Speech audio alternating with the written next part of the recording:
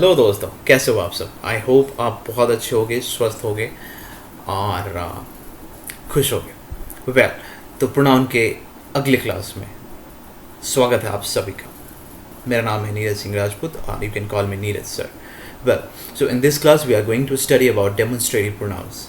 Demonstrative pronouns के बारे में पढ़ेंगे। प्रिसाइज रहिएगा, काफ़ी सजग रहिएगा और सीखिएगा। कोई डाउट हो तो कमेंट बॉक्स में आप ज़रूर क्वेश्चंस अपना रेज कर सकते हैं।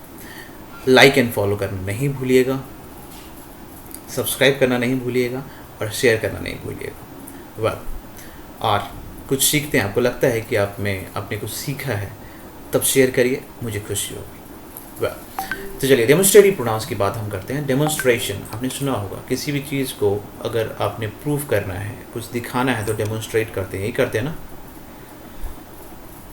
ठीक है, तो उसी से रिलेटेड बहुत हद तक डेमोन्स्ट्रेटिव प्रोनाउंस रहेगा। देखो, मेन कोई भी वर्ड है उसका जो मीनिंग होता है उससे रिलेटेड होता है, बहुत आसपास होता है, इस तरीके से ही बनाया जाता है। चलिए, तो that these those are demonstrative pronouns that take the place of a noun और pronoun phrase that has already been mentioned. कहने का मतलब यह है कि देखो, दैट दीज दोज, ये क्या है, डेमोन्स्ट्रेटिव प्रोनाउंस है। ठीक है, ये ध्यान रखिएगा। और क्या होता है, they take place of a noun और नाउन फ्रेज, या नाउन के बदले जगह लेता है, या कोई नाउन फ्रेज है उसके बदले जगह लेता है। ठीक है, तो यह ध्यान रखने योग्य बात है। अब कैसे लेता है, मैं एक एग्जांपल करके आपको बताऊंगा। देखो, एक बार कोई मेंशन हो चुका है, दोबारा मेंशन होगा तो ये आप प्रोनाउन यूज करोगे, दिस दैट दिस। ठीक है, रेपिटेशन रोकना है भाई, यही तो फंडा है हमारे प्रोनाउन का, यही तो सिखाया मैंने। चलिए, तो this is used for singular items that are nearby. अब किसके लिए होता है, कोई भी सिंगुलर आइटम जो कि आपके आसपास हो, उसके लिए हम दिस यूज़ करते हैं। दिस किसके लिए होता है, कोई भी आइटम नियर बाई तो हो लेकिन वह क्या हो, मल्टीपल हो, मतलब प्लूरल फॉर्म में हो, तो उसके लिए दिस यूज़ करेंगे। ठीक है, आई होप ये क्लियर हो गया आपको। आगे बढ़ते हैं। अब दैट कहाँ यूज होता है भाई, that is use for singular items जो कि दूर हो कोई चीज़, फार अवे। ठीक है, दोज किस लिए यूज होता है, मल्टीपल आइटम, मतलब किसी प्लूरल फॉर्म के लिए जो कोई चीज़ दूर हो। ठीक है, ध्यान रखिएगा, तो ये ध्यान रखने योग्य बात है। Again, the distance can be physical और मेटाफोरिकल। डिस्टेंस क्या हो सकता है, फिजिकल भी हो सकता है, मेटाफोरिकल भी हो सकता है। ठीक है, तो अगर मैं बात करूं, कुछ एग्जाम्पल से मैं समझाना चाहूँगा यहाँ पे कि दिस इज़ माई कार। तो दिस इज़ माई कार, तो दिस इज़ माई कार की अगर मैं बात करूं तो यहाँ पे मैं, दिस क्या है, एक प्रोनाउन है जो कि कार, नियर बाई कार के बारे में यह बता रहा है। दैट वॉज माई पेन, मतलब सिंगुलर है, कार सिंगुलर के बारे में बता। यहाँ पे दिस इज डिनोटिंग, पेन क्या है, सिंगुलर उसके लिए डिनोट कर रहा है, बट यह फार अवे है।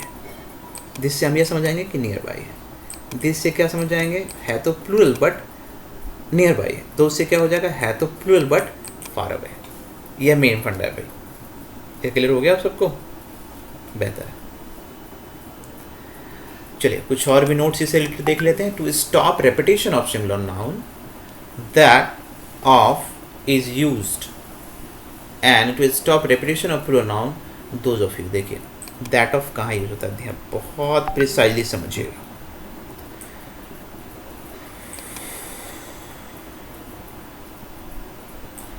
रेपिटेशन रोकने के लिए यूज होता है, and the climate of Pune is better than that of Mumbai. ठीक है, पुणे का जो क्लाइमेट है वो मुंबई से बेहतर है। ठीक है, तो जब सिंगुलर फॉर्म के लिए यूज होगा तो दैट ऑफ यूज करेंगे रेपिटेशन रोकने के लिए, वही प्लूरल फॉर्म होगा तो दोज ऑफ यूज करेंगे। ठीक है, एज सिंपल एज दैट। चीज़ें फंडा क्लियर रखिए, कोई डाउट हो तो जरूर पूछिए। ठीक है भाई, बढ़ते हैं आगे। कुछ एग्जाम्पल्स देके समझ लें। चलिए, एग्जाम्पल्स समझ लेते हैं। This types of books is useful. ठीक है, और ध्यान रखिए, प्रिसाइज रहिए, ये मत सोचिए कि मुझे सब कुछ आता है। इसी हवा हवाई में ना नंबर भी हवा हो जाता है। तो ध्यान रखिएगा, मतलब हवा में मत उड़िएगा, ठीक है, नहीं तो गिरना तो ज़मीन पे ही है। चिड़िया कितनी भी उड़ जाए आसमान में, आती तो ज़मीन पे ही है ना, उड़िए मत। बेसिक्स को, फंडा को क्लियर करिए। बेसिक्स क्लियर है तो आप बादशाह हो, बेसिक्स क्लियर नहीं है तो आप क्या बताऊँ, एक सिपाही भी नहीं हो, आप उससे भी निचले स्तर पे हो। ध्यान रखिए, तो बेसिक्स क्लियर होने चाहिए। This types of book is useful, ठीक है। कुछ एग्जाम्पल से मैं समझ रहा हूँ, जैसे कि दिस का मतलब समझ आ गया आप किस लिए यूज हुआ। अगर मैं बुक्स की यूजफुल की बात कर रहा हूँ तो यहाँ पे आपने दिस यूज़ किया, लेकिन यहाँ पे नियर बाई का बोध हो रहा है और सिमिलर का बोध हो रहा है। दिस इंफॉर्मेशंस आर रिलायबल, तो यहाँ पे क्या होगा, यहाँ पे फंडा थोड़ा सा ना एस यूज नहीं करना, इन्फॉर्मेशंस में थोड़ा सा ध्यान रखिएगा। बट ये प्लूरल फॉर्म के लिए यूज कर रहे हैं। सच बिहेवियर इज डेप्लोरेबल, चलिए सच का भी थोड़ा सा मैंने कुछ यूज बता दिया है, ठीक है, ध्यान रखिए। The street of Delhi are wider than Mumbai, than का यूज हो गया। The population of Chinese is greater than का यूज हो गया। The climate of Mumbai is not as extreme as Delhi, ठीक है। तो ये कुछ क्या है,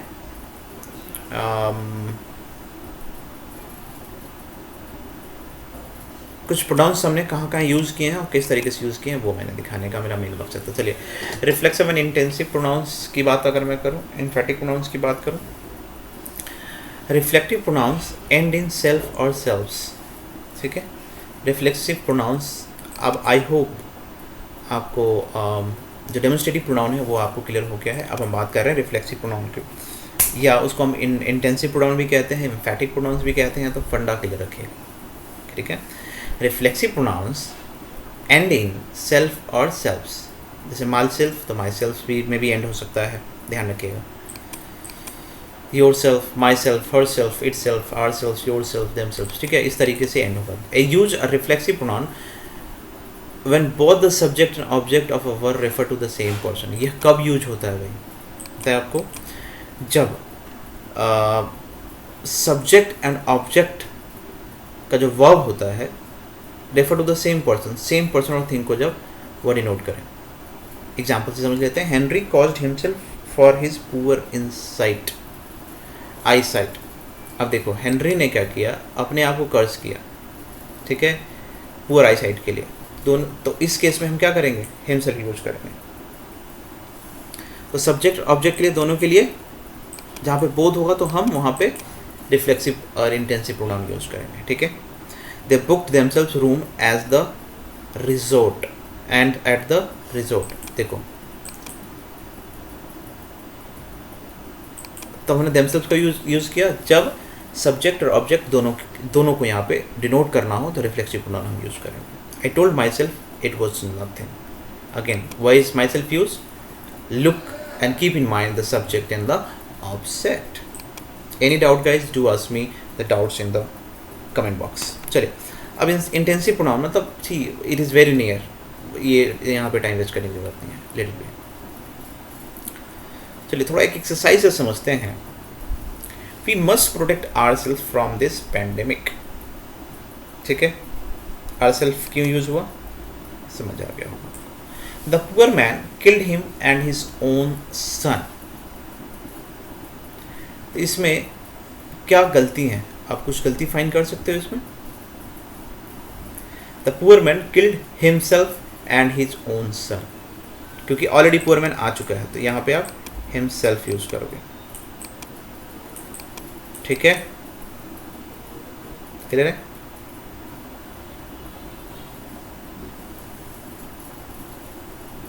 अब we must product our selves लगाओ तो मुझे ज़्यादा ये करेक्ट लग रहा है।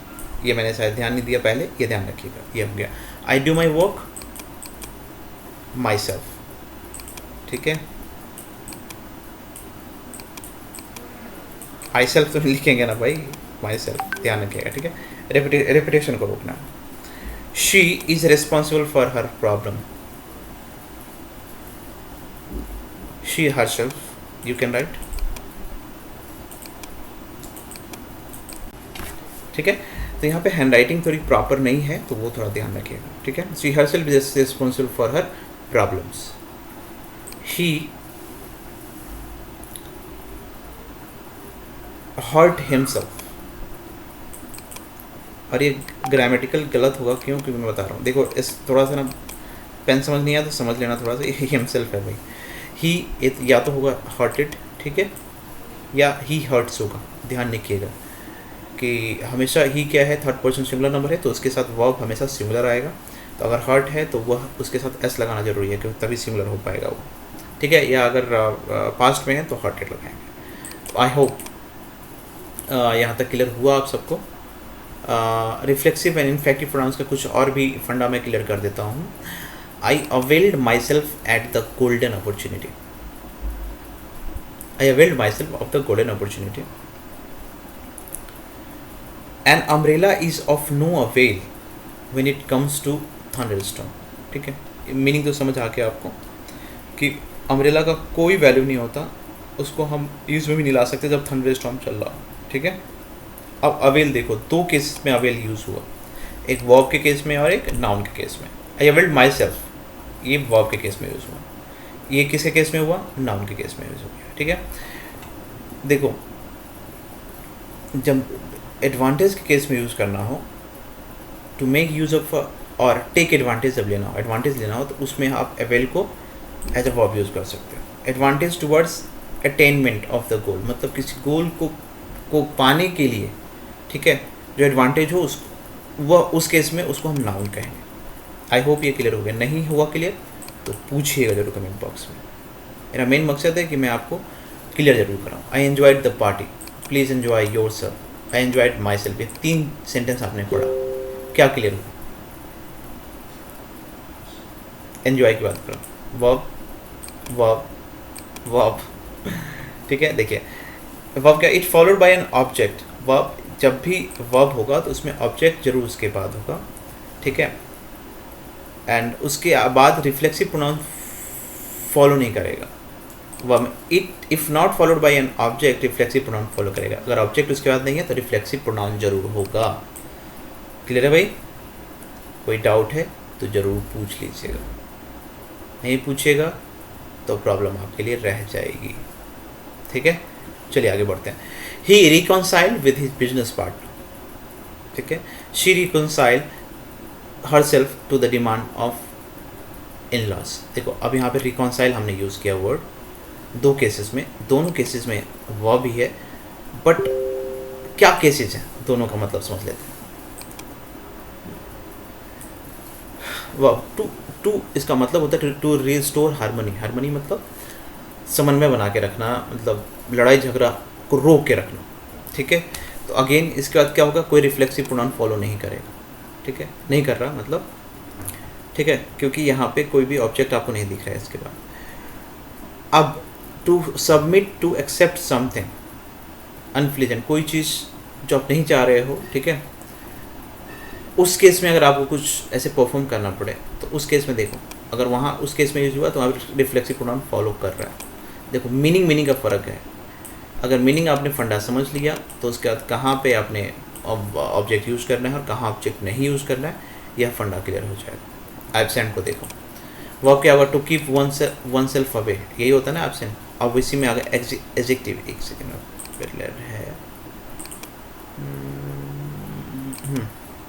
To keep oneself away, reflexive pronoun follow कर रहा है, ठीक है, ठीक है। एडजेक्टिव में नो नॉट प्रेजेंट, ठीक है, तो नो रिफ्लेक्सिव प्रोनाउन फॉलो कर रहा है, ठीक है, ध्यान रखिएगा। किस किस केस में रिफ्लेक्सिव प्रोनाउन आएगा, किस केस में रिफ्लेक्सिव प्रोनाउन नहीं आएगा, ठीक है। एक्विट का मतलब क्या होता है समझते हैं। To discharge completely from any accusation, मतलब किसी भी आप पे कोई ब्लेम है, कोई दोषारोपण है और उससे आप कंप्लीटली मुक्त हो गए, ठीक है, तो उस केस में आप उसको क्या कहेंगे, रिफ्लेक्सिव प्रोनाउन, आई मीन वो वर्ब उस केस में यूज़ होगा। ये एडजेक्टिव केस में क्या यूज़ होगा, to conduct oneself satisfactory especially under stress, ठीक है, अपने आप को इस तरीके से मतलब लागू करना या अपने आप को मतलब इस तरीके से करना कि जैसे कि आप स्ट्रेस में हो तो इसके बाद आप रिफ्लेक्सिव प्रोनाउन नहीं आ रहा वहाँ पे, ठीक है। दोबारा समझ, to conduct oneself satisfactory especially under stress, मतलब आप किसी स्ट्रेस में भी आप अपने आप को तरीके से सेटिस्फाइड वे में आप अपने आप को ट्रीट कर रहे हो या कंडक्ट कर रहे हो, ठीक है, तो वो एडजेक्टिव का केस होगा, ठीक है, उसमें रिफ्लेक्सिव प्रोनाउन नहीं आएगा, देखो उसमें रिफ्लेक्सिव प्रोनाउन नहीं आता, ठीक है, तो ध्यान रखिए। इक्विवल मतलब क्या होता है कि कोई भी दोषारोपण है उससे कम्प्लीटली मुक्त हो जाना। तो आई होप गाइस यहाँ तक आपको पूरा समझ आया। थोड़ा सा अगर लगा हो लेंदी तो आप मेरे से कमेंट बॉक्स में पूछ सकते हैं, समझ आया तो बहुत अच्छी बात है। आई होप कोई डाउट हो तो you guys can do ask me in the comment box और ऑन टेलीग्राम राइट, एंड जरूर शेयर करिए because it takes so much time, you know, too much effort to make, और as you know sharing is caring, तो अच्छी चीज़ें share करिए दोस्तों में, ठीक है, और सीखते रहिए। Bye bye, take care, stay safe, stay at home.